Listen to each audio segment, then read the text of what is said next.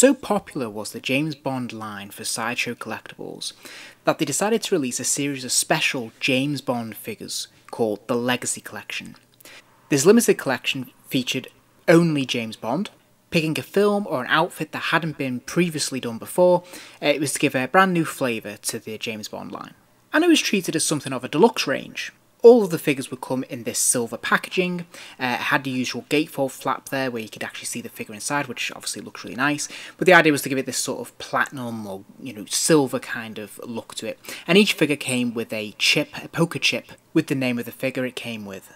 So today I'm going to take a look at the Pierce Brosnan figure. I have to say this is his outfit that is based on his look in The World Is Not Enough. So it's his sort of grey-blue suit from the opening of that film, and I have to say it is very, very impressive. We're very used to seeing James Bond in a tuxedo, or in the case of Pierce Brosnan, it's usually GoldenEye or Die Another Day that gets all the attention. So it's nice to see his on-screen look from The World Is Not Enough get some representation. I believe this is a new sculpt, or at least the paint job is definitely different, because this is a very, very good likeness. Now, it's not spot on, but this looks much more like Pierce Brosnan to me than the previous releases. And there's definitely something about the texturing of this figure that feels a lot more deluxe or special. It's hard to articulate and put my finger on it, but there just seems to be a lot more effort put into this figure. It's visually very striking.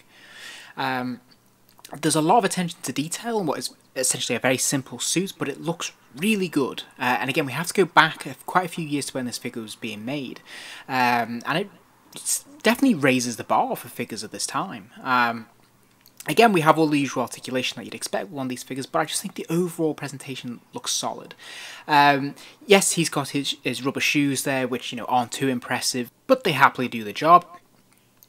But there's little things like the creases in his trousers, and like I said, the texturing of his suit is just, it feels richer, it feels thicker, and it just has a much more impressive quality to it. Likewise, there's little details there in the buttons, the fact that bottom button is left undone, the three pockets. I just think are really nice little touches that just elevate the figure. Likewise, his tie there is actually quite thick. It's not the usual thin sort of tie that you might expect on a figure like this. It's quite thick. It feels like a proper tie. It's got both strands, and it's very nicely done. And of course, you can open the jacket there and have the tie loose and see a bit of the shirt and whatnot. And I think there's just something very appealing about this. But whatever you do with the figure, it just looks really good. And the tailoring is spot on. Like, it just fits in perfectly, and it looks really good, as it absolutely should do for James Bond.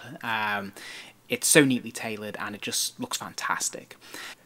Also, something that's very pleasing is that his hands, when he holds the gun in his hand, it fits very snugly in there. The trigger finger goes over the trigger, and it's a perfect fit. And it just looks really solid, looks really, really good there. Again, you can see the usual detail that you get in the veins on the back of the hand, the knuckles. I just think this is a really nice sculpt.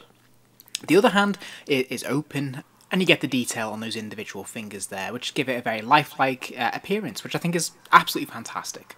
And if you flip the hand over, you can see some little detail in there on the inside of the palm, the different lines and creases, which, just look great. I just think little details like that really help make the figure pop, really. In terms of his main weapon, obviously it does have the clip there that comes out, which is always a nice feature. It doesn't actually pull back, which is a shame, but it looks good and it's screen accurate. That does the job for me. And he does come quite a lot of accessories. Obviously, he comes with his main update to the PPK. He comes with his laser watch, as well as a vodka bottle, a martini glass, another open left hand, a closed right hand that's almost a fist, a packet of cigarettes, and his original Walter PPK. And of course, he also comes with that poker chip there as well, with Pierce Brosnan as James Bond written on it. Now, one thing I do have to point out, I had great difficulty putting the watch on his wrist. It seems like such a simple thing, and it should have been really easy. But for the life of me, I just couldn't get it to work. Essentially, it is obviously a single rubber piece, very flexible plastic, and it has a little point on there that you can hopefully you can see it. There's a little point on there that just folds round and clips into one of the holes on the other side. So it should be very, very easy to do, but I think the plastic is too malleable that it won't hold it. So whenever I put it in, it just tends to pop out. In the end, the only way I could really get it to stick was by sort of resting it on the wrist there and tucking it in the sleeve to hold it in place. It looks great like that, but it isn't actually secured. So obviously, if I go to move him, it's going to fall off. I love that he comes with the martini glass. I always think this, is so integral to the character and it just completes the look of the figure. So I love this. Now, I wanted to point out that he does come with this alternate right hand, which is much tighter, almost a fist, but it's not because it does have a gap in there. The only thing is I can't quite work out what it's for, because it can't quite hold anything. To put, like, say, the smaller Walter in there or the cigarettes is actually quite a squeeze, and there's a risk you might damage either the prop or the hand. Likewise, he comes with the alternative left hand as well, but again, it's another open hand, so it's already quite open. This is just more open. Again, there doesn't seem to be any rhyme or reason to this. It doesn't feel like it's designed to hold something special or different in terms of the accessories he's given. And I could understand if they'd swapped the hands so that he had an open right hand and a closed left hand. But instead he's got two hands that are basically the same with a slightly wider or smaller grip. And I have to say, although I really love that he comes with the vodka bottle and the martini glass, I'm never quite sure what to do with them in terms of a display. There is a danger that James Bond can look quite unclassy and quite unsophisticated, certainly in my hands. And there are times when I think James can be mistaken for his drunken, loutish twin brother. But I'm sure that's just me and my lack of imagination with how to get the best out of these props. Here is the smaller original Walter PPK. As you can see, there's a lot less detail in this one, and there's no removable clip. But it does fit, again, very nicely into his hand there, and it looks really, really good.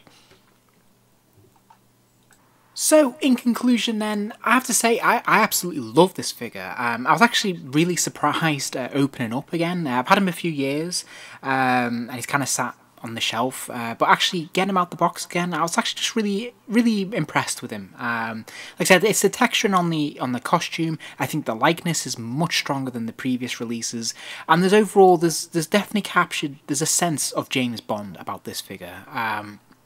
And certainly the Pierce Brosnan James Bond as well. So there's something quite special about it, and I really love it. I think they've done an excellent job, and he's one of my favourites in the whole line. I hope you enjoyed the vid. If you did, please do give it a like, and remember to subscribe as I will be posting more videos soon.